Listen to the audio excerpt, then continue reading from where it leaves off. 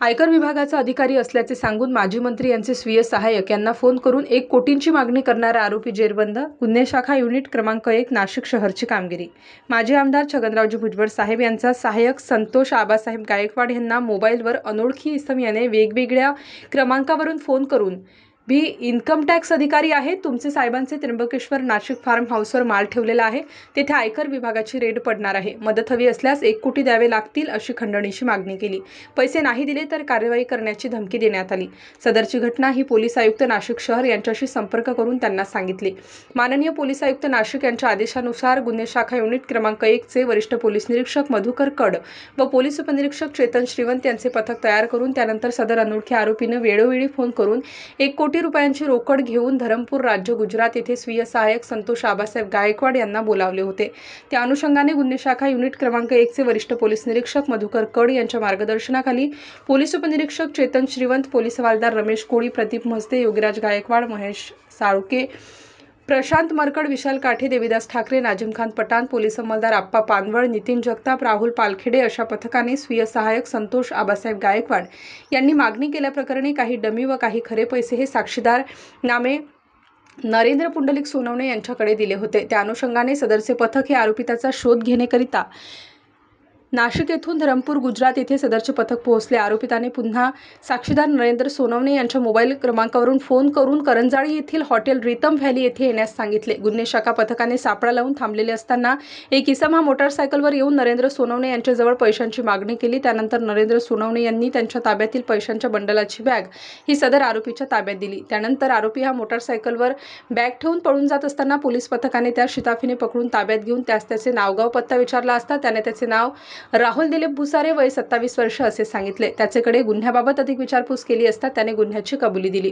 त्याच्या ताब्यातून गुन्हा करतेवेळी वापरलेली काळ्या रंगाचे होंडा कंपनीची शाईन मोटारसायकल, मोबाईल फोन, एक काळ्या रंगाच्या बॅगमध्ये 500 रुपये दराच्या 60 भारतीय चलनी नोटा व 500 रुपये दराच्या भारतीय बच्चोका बँक असे नाव असलेल्या खेळण्यातील नोटांचे एकूण 15 बंडल व रद्दी पेपर असा 85,500 रुपयाचा एकूण किमतीचा मुद्देमाल जप्त करण्यात आलेला आहे.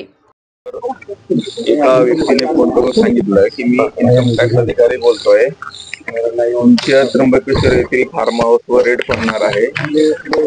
मी इन्कम टॅक्स मध्ये असल्यामुळे मी अधिकाऱ्यांना बोलून तुमचं प्रबंधन करू शकतो, तुम्हाला पैसे द्यावे लागतील. असं झाल्यानंतर त्यांनी नंतर फोन कट केला. आमदार साहेबांनी सरांना सांगून आम्ही त्या पद्धतीने युनिट 1 ची एक टीम तयार केली आणि त्याला पैसे देताना आपण त्याला ट्रॅप करू अशा पद्धतीने आम्ही सापळा रचला.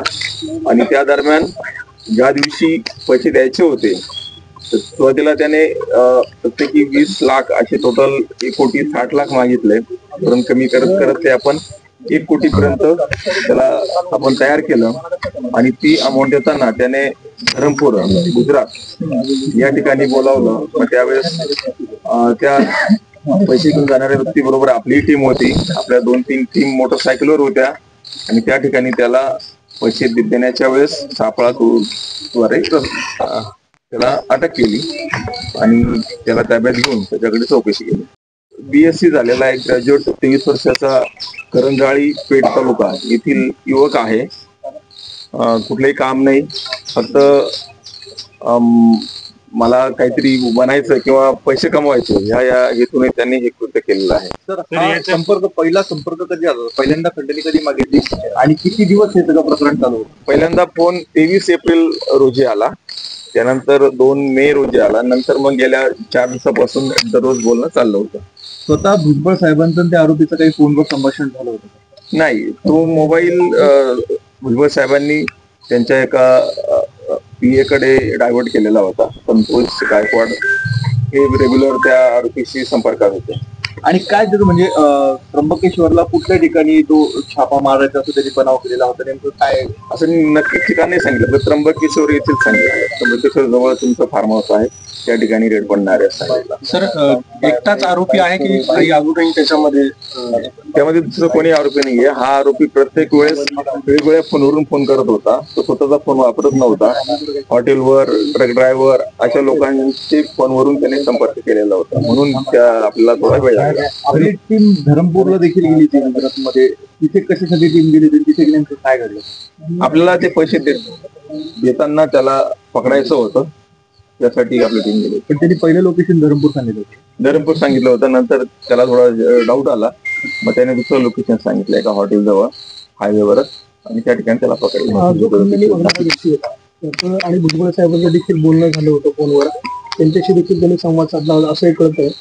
त्याबाबत काही नाही, आरोपीचं भुजबळ साहेबांबरोबर बोलणं झालेलं नाहीये, कारण फोन तो नंबर त्यांनी त्यांच्या एका पीए कडे डायव्हर्ट केल्यामुळे साहेबांचं त्यांच्याशी बोलणं झालेलं नाही. तर जो आरोपी आहे त्यांनी आधी पण असे काही कृत्य केले होते ना, असे नाही, आरोपीवर कुठल्याही प्रकारचा गुन्हा नाहीये, आणि कुठलं यापूर्वी त्याने काय केलं आहे ते आता तपासाचा भाग पुढे तपासात निष्पन्न होईल. तर याआधी देखील भुजबळांना अशी खंडणीसाठी एकदा धमकीचे वगैरे फोन दिले होते, आणि याचं नाशिक शहर ठीक बोलू शकतो नाही. ते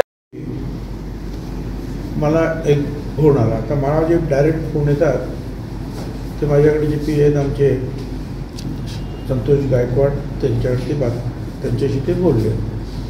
तर त्यांनी सांगितलं काय ते सांगा बोलतो, साहेबांना देतो, तुमचं काम काय ते सांगा. त्याने सांगितलं मी इन्कम टॅक्स ऑफिसमध्ये, बरोबर ना? हो, इन्कम टॅक्स ऑफिसमध्ये पैसे आहे, आणि आम्हाला अशी बातमी आहे की त्र्यंबकेश्वरला साहेबांचा एक मोठा फार्म आहे, आणि त्याच्यामध्ये फार मोठ्या प्रमाणावर पैसा त्यांनी साठवून ठेवलेला आहे. तर आणि त्याच्यावर रेट पडणार आहे त्या फार्मवर. तर ती वाचवायची असेल मदत करू शकतो तुम्हाला. मग हे संतोष गायकवाडांना मी साहेबांशी बोलून घेतो. तर आणि असा फोन आहे. म्हटलं अरे त्र्यंबकेश्वरला कुठला आपला फार्म आला आहे, आपण त्या काय तो